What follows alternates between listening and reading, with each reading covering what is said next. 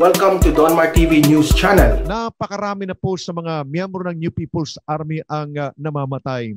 So wag na po kayong matakot na bumalik sa ating pamalaan. Wag niyo papakinggan yung mga commanders ninyo na makasarili, mga rapist, di ba, no? Mga rapist 'yan, mga kriminal 'yan. So ang pakinggan ninyo ay yung nararamdaman ninyo. Kagaya kina Shane. Tama ba yung ka Shane? Yes, sir. So ngayon Shane, may peace of mind ka na Shane, ano? Yeah, So, opo, sir. Nakakatulog na ng maayos, tsaka wala nang iniisip na baka mamaya sobrang na naman kami, maglakad ng gabi, nang walang ilaw, ganyan. Oo nga. Ganon talagang buhay ng miyembro ng New People's Army Shane, ano? Di ba, no? Opo, sir. Any moment, pwede ka mapalaban. Yung sinasabi nga namin na yung isang paa namin nakalubog na sa hukay. Kasi, yun, sa loob lang ng 2 minuto, maraming pwedeng magbago. Pwede kaming mamatay.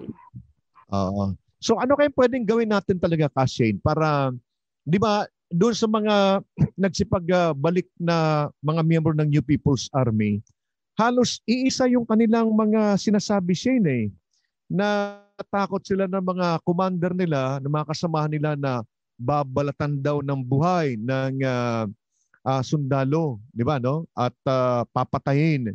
So, paano ito matatanggal ito sa itong propaganda ng mga kasamahan, yung mga commander? Automatic yung sa tingin ko ay ayaw silang papayagan. Paano ito pwede na tanggalin yung agam-agam na ito ng takot ito sa mga ordinaryo natin mga miyembro ng New People's Army? Ano po yan, sir, yung tungkol po sa sinasabi na lahat kami kasi ganyan talaga yung sinasabi namin dahil yun yung sinasabi talaga sa amin na sa orientasyon namin pagka wait lang po, maingay, may mga aso. Pagka sinabi po kasi na pag sinabi po kasi ng nasa doktrina namin na ang kaaway ay mga berdugo, pasista at pwede ka nilang patayin, ganyan. Pag nahuli ka, ikukulong ka, gagamitin ka, pag wala ka ng pakinabang, papatayin ka. Ganun po yung mga sinasabi sa amin. Kasi hindi naman po natin may tatanggihan ng mga unang panahon, may mga kondin po talaga, mga ilan-ilan na paglabag sa hanay ng militaris natin. Ngayon, yun yung inaano nila, yun yung paulit-ulit nilang sinasabi sa amin na ito, may ganitong nangyari, may ganyan, may ganito, ganyan talaga kademonyo yung mga military. Kaya kayo, pagka kayo nahuli ng mga military, ganito gagawin sa inyo. Yun yung lagi nilang sinasabi sa amin. So, kami, ang tumatatak sa utak namin, dahil alam namin na mali, alam namin na illegal yung aming ginagawa, alam namin na illegal yung aming organisasyon, kaya may possibility na pwede talaga kaming mapatay. Yun yung tinatatak sa utak namin eh. Kaya, ngayon, sa mga kasama naman na nandiyan pa at naniniwala sa ganun, isipin nyo na lang, bakit napakaraming mga kagaya ko na nagbabalik loob na ang sinasabi namin is, wala namang nangyaring ganun sa amin. So sa iba, may mga nangyaring ganun kasi nagmamatigas sila or baka naman may ibang ano sa kanila, di ba? Pero sa amin kasi ng mga nagkusang loob na sumuko, na nakipag-cooperate na sa gusto lang ng mapayapang buhay, wala namang karahasan na nangyayari. Tsaka sila lang ba yung may karapatan na magkaroon ng rectification? Siyempre sa hanay din naman ng government forces, may rectification din na nangyayari. So, mapakalaki na talaga ng pagbabago sa government forces natin. Kaya hindi siya pwedeng gamitin ng CPP, NP, NDF na panglaban sa sa government na parang birdugo pa rin or pasista pa rin. Hindi na siya hindi na applicable yung ganung panawagan nila kasi nararamdaman naman ng mamamayang Pilipino na yung totoong nagsisilbi sa kanila ngayon na mga sundalo yung AFP at PNP na nandyan. For example, ngayong panahon ng pandemya, ang NPA ba may nagawa para tulungan ang mamamayang Pilipino na nahihirapan ngayon sa sitwasyon ng pandemya? Nung nagkaroon ng mga kalamidad, yung NPA ba ang tumulong sa mga mamamayan sa panahon ng mga sakuna? Yung AFP at PNP yung nandyan. So, paano natin masasabi na applicable pa rin yung panawagan nila na yung militarisasyon, yung berdugo, yung pasista, yung mga, hindi na siya applicable eh. Mas mas masasabi natin na sa kanila nga applicable yun kasi sila yung lumilikha ng takot sa bawat miyembro, sa bawat mamamayan na nais nila na hikayatin na sumama sa kanilang pakikibaka. Tsaka kung sakali man na tinorture kami, sinaktan kami o ano, sa tingin ba nila maglalakas loob kami na lumantad para makipagtulungan sa gobyerno at magnais ng tunay na mapayapa at maunlad na bayan kung kami ay sinaktan? Hindi naman nangyari ng ganon kasi naalala ko po, bahagi ko lang po ng konti. Nung nagkaroon po ng Senate hearing dahil doon ako lumabas, nagpalabas ka agad ng pahayag yung Bayan Gitnang Luzon na tungkol sa kalagayan ko na kesyo ako daw ay tinakot, pati daw yung pamilya ko ay tinakot kaya ako ay napilitan na magsalita against sa kanila. Samantalang kung tutuusin, walang nangyaring ganon. Sila pa nga yung nagbabanta sa buhay ko ngayon na sinasabi nila na kasama ka na sa listahan ng mga parurusahan, ng mga papatayin dahil ikaw ay sagad-sagaring demonyo na dahil nakikipagtulungan ka at nagtaksil ka sa kilusan. Ganon yung mga sinasabi nila. So parang kabalintunaan yung sinasabi nila na yung government yung nagpapahirap sa mamamayang Pilipino, 'di ba? Samantalang sila naman yung nananakot talaga sa amin. Ang nais lang naman namin magkaroon na ng maayos na buhay. At hindi kami magkakaroon ng maayos na buhay kung mananatili na nandiyan sila, na sila yung nagbabanta sa seguridad namin. Yun po.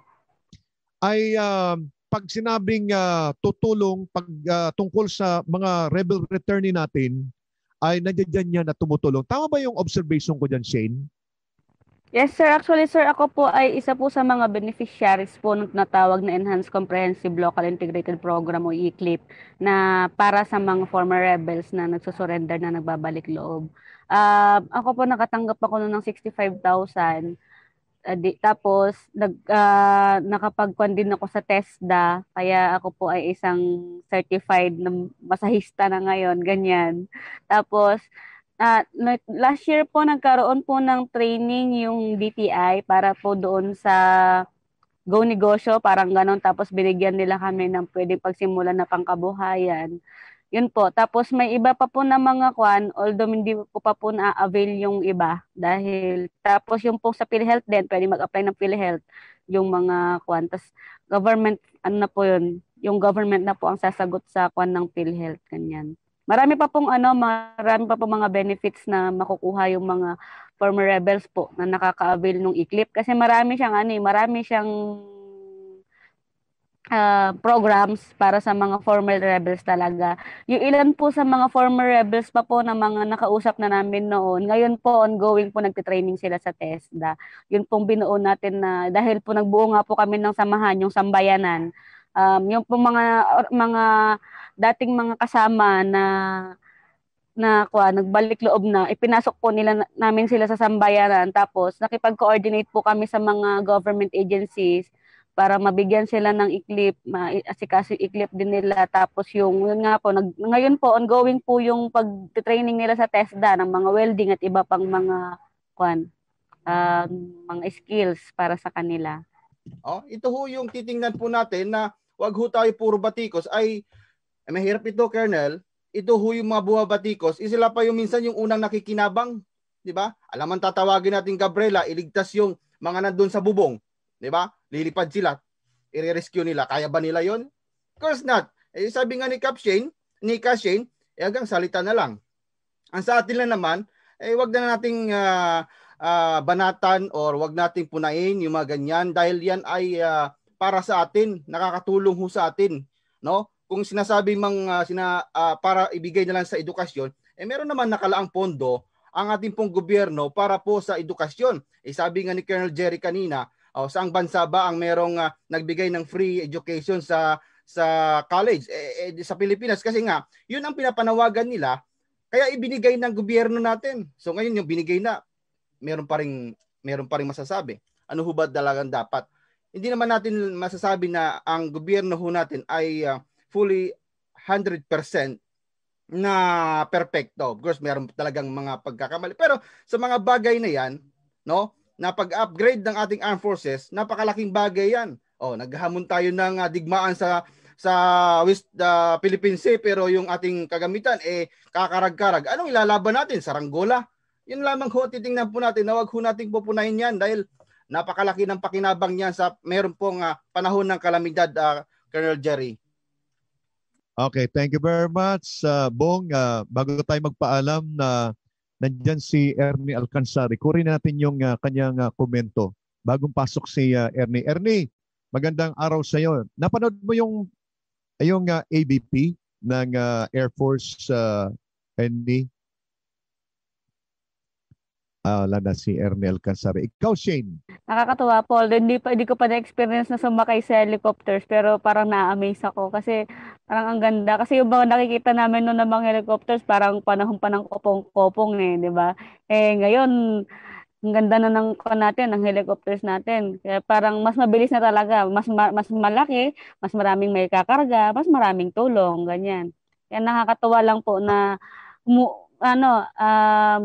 larawan yan ng pag-unlad na ng Pilipinas, yung modernisasyon sa Pilipinas. Yan. Tapos, ayaw ng mga kaliwa, di ba? No? Anong dahilan? Ayaw nila ng pag-unlad. Kasi nga naman, pagka nagkaroon na ng kaunlaran, wala na silang mauuto na mamamayan. Kaya nga, pati yung sa tertiary na free education, alam ko ay no? Dahil wala na silang dadali na issue na. Tapos ito, gustong i-shutdown. Tsaka ito ay pinagplano ito. Wala pa itong COVID-19 na ito. Commitment na natin ito.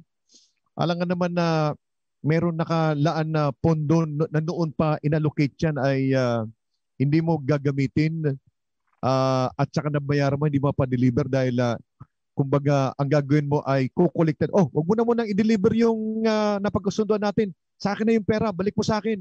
At mayroon kayong paggagamitan. Ganun bang gusto nating mangyari, Shane? Nung nasa kabila pa po ako, 2017 pa yata yan, yung campaign na AFP modernization, di po ba? 2017 or 16 yata yan. Kasi nasa loob pa po ako na pag-uusapan na yan Siyempre kung ngayon tayo mag-uusap sa balangkas na nandito na ako sa tamang landas ng buhay, mas mainam na nagkakaroon ng mga modernization kasi ang hirap nga naman na sumago pa ka sa gera na bulok-bulok yung gamit mo.